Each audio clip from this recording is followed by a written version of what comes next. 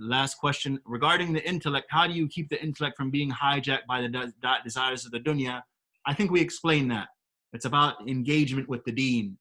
And of course, sometimes we may fail, we may fall, we may have issues and shortcomings, but we always do istighfar.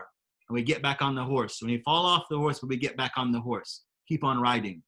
Keep on exercising that horse. Keep on training it. Don't go that way. Go this way. Eventually, the nafs falls into line. Eventually, the nafs starts to respond. And the heart starts to respond. And the heart starts to turn over. And the heart starts to reject the dunya. As it concerns this in particular, the scholars also give certain du'as that can be said to basically to do ikhraj hubb al-dunya, to sort of push out the love of the dunya from the heart. And I can share that on the group.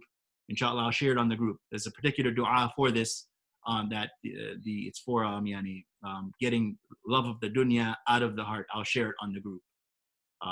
Getting the dunya out of the heart. This is also important. The love of the dunya, it's one of these fundamental sins that will lead to other sorts of sins. Love of dunya. It'll lead to pride, ostentation, love of the dunya. Some of the scholars, they consider it to be the archetypical sin, or the, not archetypical, but like the prime sin. Love of dunya. Love of other than Allah, really. Love of other than Allah, having love for anything other than Allah, and having love for other than Allah's sake will lead to every sort of disease of the heart, every sort of problem and issue that the human being will face. Hope of the dunya will lead to it. Hope of the dunya, or love of other than Allah, or love of other, loving for other than the sake of Allah. Right, this is the hope of the dunya. Inshallah, I'll post the dua. Human beings are masters of rationalizing all sorts of bad things, but this is an abuse of the intellect, and this is not being a rational, being a rational person spiritually. Yes, so human being, and this is of course, even the intellect, right? If the heart is really, really corrupt, the intellect will be used to rationalize all sorts of corrupt things. And we can see this in the modern world today. All sorts of corrupt things are rationalized. Even those things that are harmful can be rationalized. And this is when the heart is corrupt, right? The intellect can be used to rationalize a lot of different harmful things. Drinking alcohol is a primary one of them, right? People rationalize drinking alcohol, even though we know, ask any doctor, he'll tell you it's poison. Alcohol is poison, right? They say, oh, a glass of red wine, it's not that bad. It's actually healthy for you. The response to that actually, well, just drink some grape juice to get the same exact benefits from that red wine, except you won't be, drunk, right? So if you want the health benefits from grapes, just, I guess, drink some grapes, or eat some grapes, or drink some grape juice. But for the person who wants to get drunk, he'll justify drinking wine. Oh, wine is healthy for you, and so on and so forth. Right? So the person with the corrupt heart, the heart that is sick, will justify by the intellect and rationalize all sorts of things that are apparently harmful.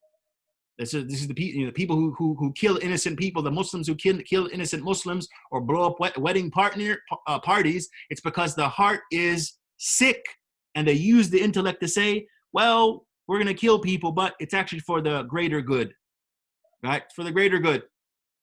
So people are going to die. Killing is bad. We know, but the greater good, right? We're going to establish something. We're going to bring about good by doing something that's bad. So people rationalize. If you have a corrupt heart, that's why we focus on the heart so much, and the diseases of the heart, right? So inshallah, I hope that it answers all the questions. Make sure I got all of them.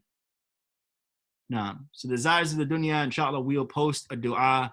This dua is meant to be said. My sheikh has us say it after every single prayer. So the love of the dunya, it's known to be, especially when the love of the dunya is known to be one of those things that brings down all sorts of calamities on our ummah in the last days. And towards the day of judgment, it is the love of the dunya that is our downfall and brings about a lot of problems for us. Love of the dunya. So there's one I say myself multiple times a day, to try to really limit the effects of the dunya on my heart, or love of the dunya in my heart or upon my intellect. I'm speaking personally now. So my teacher, he has us say it multiple times a day, several times a day. You can say it once, twice, whenever you want to. Inshallah, I'll share the dua, and I'll also share the audio of the dua, inshallah ta'ala. So inshallah, here we'll stop here, inshallah, and we'll reconvene, of course, next week. inshallah ta'ala. Wa akhiru da'wana and alhamdulillahi rabbil alameen. Assalamu alaikum